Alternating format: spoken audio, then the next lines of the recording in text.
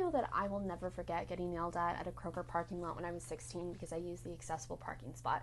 I went to Kroger a lot at the time with my friend after work, and they've been on this channel. And this lady was demanding to know my diagnosis. She was snapping at me, and I was like, I have mitochondrial disease, and I pulled my friend away because my friend was about to defend my honor. And get yourself a good friend like Em.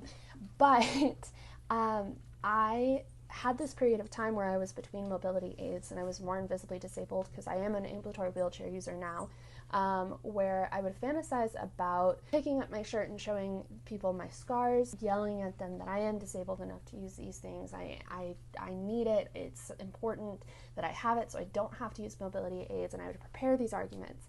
And the interesting thing is that I don't understand why people harass other people in parking lots over accessible parking spaces, but I do know why when I have conversations with individuals who are unsure about their experiences on whether or not they should identify as disabled. They're nervous because they feel like they're not disabled enough. So I want to talk about the concept of being disabled enough today in this video, and let's actually kind of break this down and address it.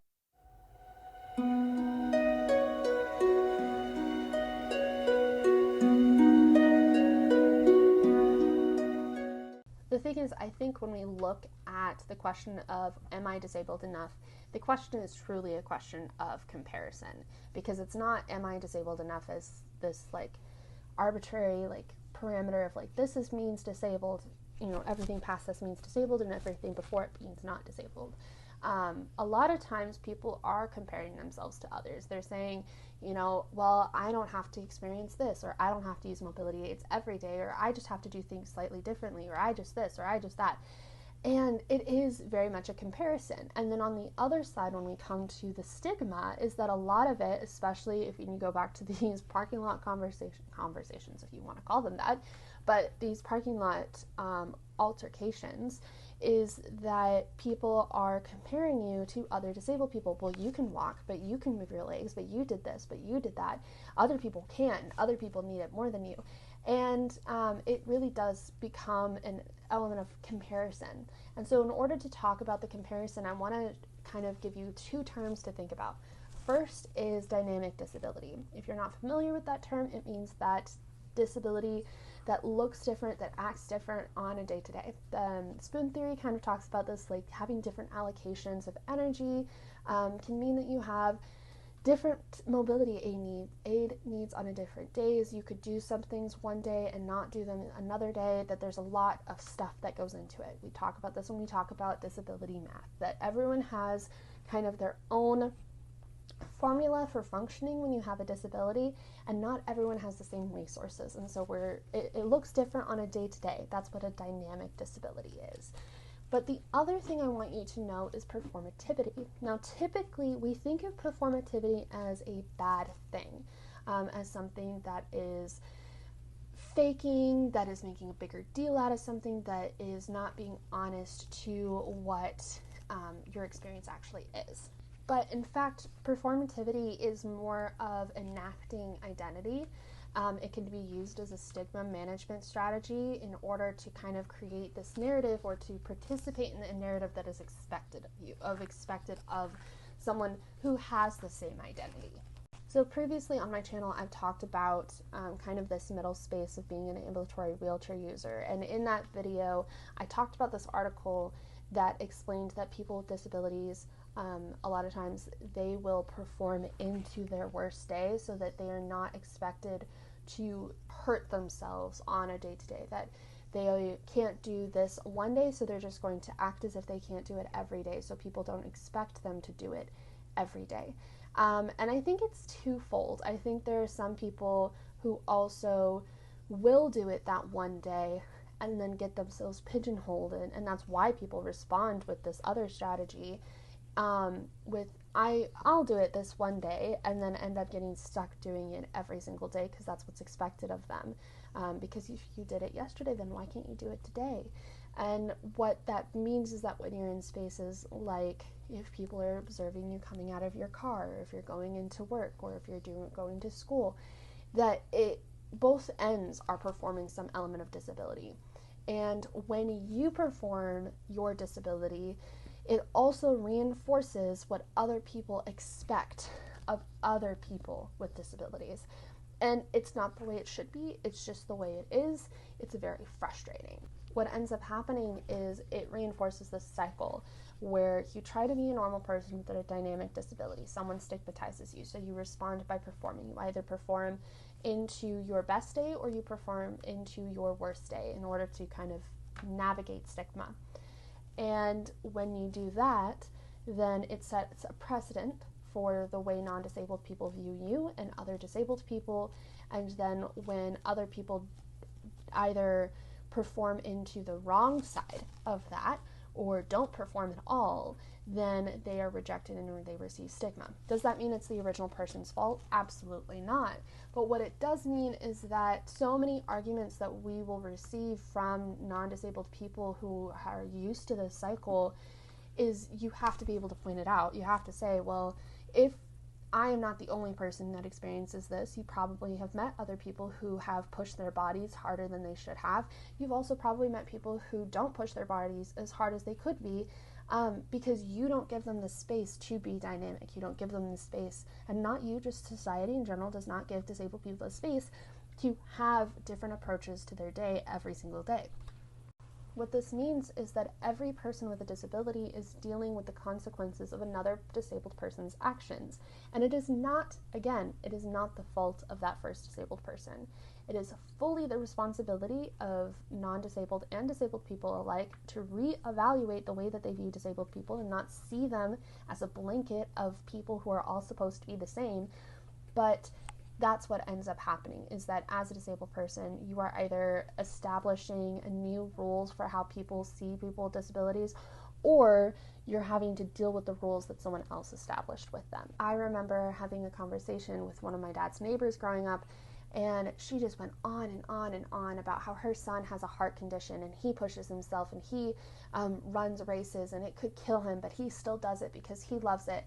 And I just remember sitting there screaming in my head that, first of all, this lady was bragging about putting her kid's life at risk, but also that my life is not the same as his, that we might have a similar diagnosis, we might have similarities, but that doesn't mean that we are the same, and it doesn't mean that she has the right to tell me what I should be doing with my body.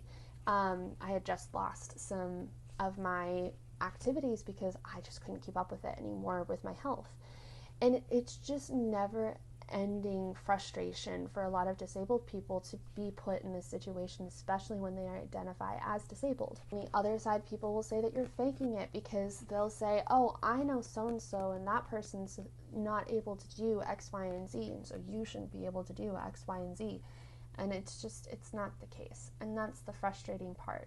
And that is why I think we get into these issues, these bridges of, am I disabled enough? Because there's constantly other people telling you that you need to meet parameters, but no one tells you what those parameters are because nobody actually knows.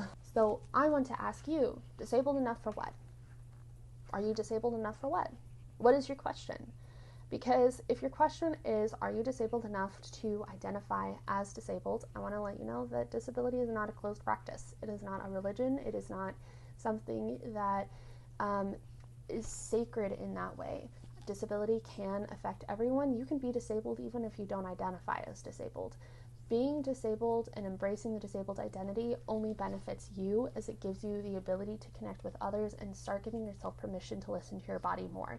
There's no one who's hurt by you acknowledging that you have a disability, that you are disabled, embracing that disabled identity. If your disability is temporary, that is absolutely fine, because most people will experience some level of disability in their lifetime. And that is just the case for every single person. And that might be temporary, that might be due to old age, that might have a lot of different things that shape how that disability is experienced, but that doesn't change the fact that you experience disability. Are you disabled enough to use aids, to pursue medicine, to pursue care? Yes. If you think that you could benefit from those things, you are disabled enough. If you are disabled enough to wonder if a wheelchair would make your life easier, then you are disabled enough, because these things are not convenient. The world does not make them convenient. The world does not make them fun. And a lot of people treat them as these fun toys that you can play with, that a wheelchair is just this fun new way of getting around. It is not. It's not easy to be a wheelchair user. It's not easy to use crutches. It's not easy to do all of these things. But if it makes your life better, then use them. And there's this myth of scarcity around mobility aids and around care, that if there is true scarcity, like if there is a scarcity of parking spots, well, maybe that scarcity is due to only having 2 parking spots. And that conversation around scarcity needs to be focused on the scarcity and how we're going to address the scarcity, rather than a argument of, well, you're too young, you're this, you're that, you're not disabled enough. And also needing to kind of start breaking down barriers. Well, how can we fix this issue? Some issues need to be fixed structurally, some issues can be addressed temporarily, and you just have to work together. But that's the key thing of being disabled enough gives you the space to say, hey, I need these things, and if I can't get these things because of scarcity, we have to work together to do that. The final thing I want to talk about here is that you are disabled enough to be part of the community. Because if you are disabled enough to need resources, if you're disabled enough to have the identity, you're disabled enough to be part of us, there is nothing wrong in identifying as part of this community, even if you experience things differently, because everyone experiences disability from their own perspectives. And the thing that's really important here is that if you are disabled enough, so is everybody else. And this is the hard part, is that in disability, because there are people who steal resources, who use resources that they don't need, that's fine. That's fine. Because at the end of the day, who are you to judge that another person needs the mobility aid? Who are you to judge that another person doesn't need the accessible parking spot? The only exception I say is if someone is using those things irresponsibly. So if someone is parking on the stripes of where wheelchair stuff goes through, yeah, get mad about that. Or if someone does not have a placard, I think that's perfectly fine to be upset about not using a placard. I forget my placard, but I'm totally, if someone wants to leave a note in my car because I forgot to use my placard, more power to them, because they didn't know. I don't have these things that using it properly to make sure that it isn't abused. But when it comes down to judgment, when it comes to other service dog handlers, when it comes to all of these things, we as a disability community, especially, I find, and this might get me into trouble, but I think older individuals who are newly disabled really struggle with this idea that other people can be disabled too, and that that we as disabled individuals are not equipped, we're not born with the knowledge of other people's disabilities. We are only equipped with our experience and an ability to advocate for ourselves and try to learn to advocate for other people. It is not your job to police other people's accessibility. It's not. If people want to abuse the systems, they're going to abuse that system regardless of you harassing other people. And you never ever, and I think this is the main rule, is if you are going to identify as disabled, if you're going to use resources, then you need to operate with the same courtesy that you want of other people, and that never to assume that someone is abusing the system. Because at the end of the day, if you are going to harass other people, more likely than not, as long as they're not causing you harm or threat. If someone was bringing an undertrained dog and that dog threatens and hurts your dog, that's completely different from a situation of just existing in a space and you just don't understand why. And I think it's really important that we acknowledge that, and we are very, very careful with the way that we as a community are handling these situations, and we come to each other with empathy and understanding, because we have all been, or almost all of us, especially when you start using accommodations, been in a situation where people try to tell us that we're not disabled enough, and we do not need to police each other for that. So let's try to summarize this video. 1, you are disabled enough, period. Straightforward, go ahead, identify as disabled, use those mobility aids, take that medication, do what you need to do to survive as a disabled person. If someone tells you that you are not disabled enough, largely, that is because they are functioning off of a limited understanding of disability. You may have a dynamic disability, you might be in a state of progression. There's so much that goes into experiencing disability in this world that a lot of people just aren't well educated on. And it's not your responsibility to educate them, but it does help knowing that people are coming from that perspective. And finally, it is not your responsibility to police accessibility needs of other people. I've got a little one who is ready to go outside, so I will be going, but thank you for listening to today's video. I love you guys. Hang in there. You're doing a great job. I'll see you next week.